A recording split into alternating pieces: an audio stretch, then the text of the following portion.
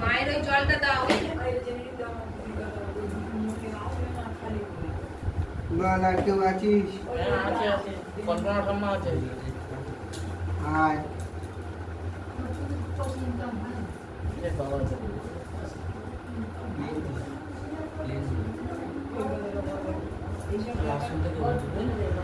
জল ঢালবে না বসে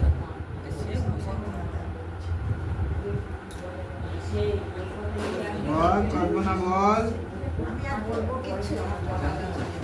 তোর বলবার কিছু নেই তো? তবে নেচে নেচে খা আর নেচে নেচে খা।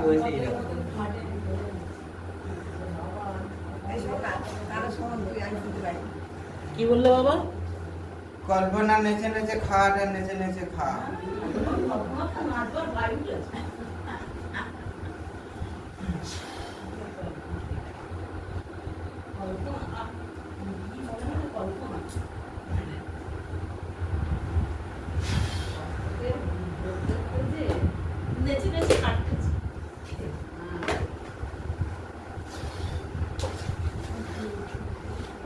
সুখের ভাত যেখানে কপালে নিন্দা কি বলবে? নেচে নেচে খা নেচে নেচে খা।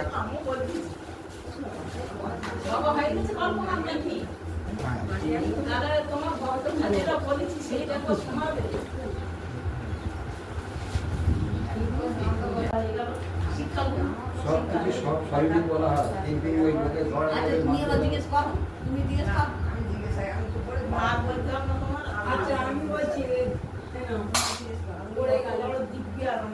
আচ্ছা রুমা কুড়ালি এত খাটে ও থাকে না কেন বাবা বলে দাও তো? ঝুমা কুড়ালি এত খাটে, যা আয় করে কিছু থাকে না, তাই তো? হ্যাঁ এক মাস ওই বাবাটা তা তোদের তো ঝুমা কুড়ালি নিজেদেরই। বলো বলো। তোর নিজের জন। হ্যাঁ সে তো এই ছেলে আমার কাছে জানান দিয়েছিল। ও একদম ঠিক আজকে না। ফের আমাকে বললো যে অক্ষয় বন বলিস হয়ে তো যাবে। মানে তুই যাবি, তুই খালি আমাকে দিয়ে বলিস তুই দিতে পারিস নি? দরকার নেই।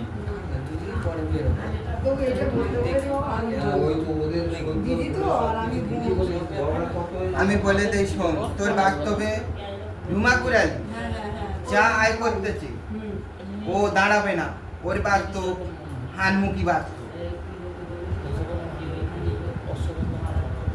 যতক্ষণ না হানমুখী থেকে আয়মুখী করতে পারবি ততক্ষণ একটা দাঁড়াবে। এ করে আমি মানে উপায় কি করতে হবে বাবা বলে দাও দেখি। উপায় করা করি বলতে গেলে ওর বাস্তবকে ঘিরে বন্ধন করে দে, ওকে নিয়ে জোয়ারের জলে চান করাতে হবে।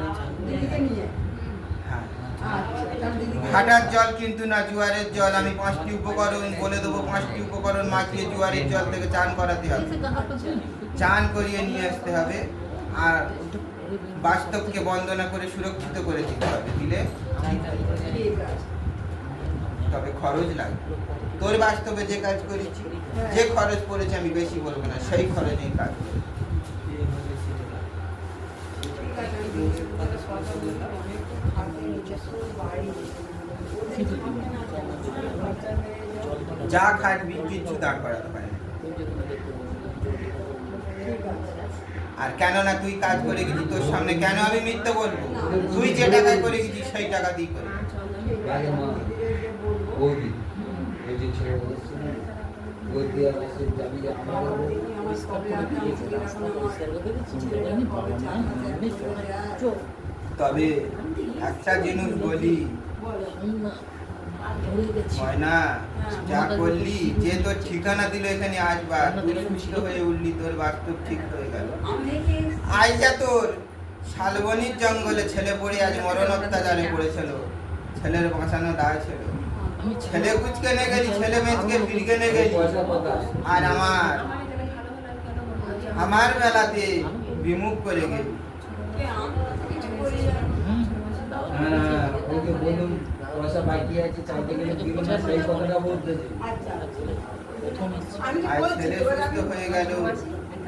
আজ আমার যে মুক্তি তোরা যেরম ভাবে বলে গেছিস আমি একেবারে পারবো না, আমি অক্ষম। আমি তো সেই বলেছি। মতন আমি কাজ আমি তো করে দিই। বোনকেও বলছি। আমার এত বড় আমার পুজো চলে গেল, ভক্ত পথে পথে ভিক্ষা করে নিয়ে এসে আমার পুজো করেছে।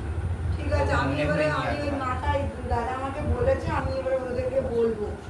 আমি ওদেরকে তো বলি যে আমার বাবার কাছে আমি গেছিলাম বলে আজ আমি কত বড় উপকার পেলাম, আর আমি সব ছেড়ে দেরি হোক যাও হোক। আর ছেলে ঘর থেকে বার হয়ে চলে যাচ্ছে, ছেলের পায়ে দড়ি, বউর পায়ে দড়িতে বউ শুয়ে রয়েছে, সেখান থেকে গিয়ে আমি উদ্ধার করে সেই কাটিয়ে ছেলে সুস্থ করে দিলাম। আজ সেদিনের কথা ভুলে গেল। না ভুলে যাইনি, খালি বলে দিয়ে আসা হয় না। তুই বা জানিস কেন তোদের এখান থেকে এইটুখানি বাড়ি? আমার যদি এই ফাঁকি, যে ফাঁকিতে চলে গেছি সেই ফাঁকি পড়বে, ফাঁকির সময় ফাঁকি পড়বে। দিদি হোক এরা এদিকে উপকার করে। ওই জন্য তো বলছি যে ওরা আমি ওদেরকে বলবো, বোনকেই বলবো। ও ঠিকানা দিয়েছিল বলে বাবা তোকে আমি কিছু বলতেও পারি না, আর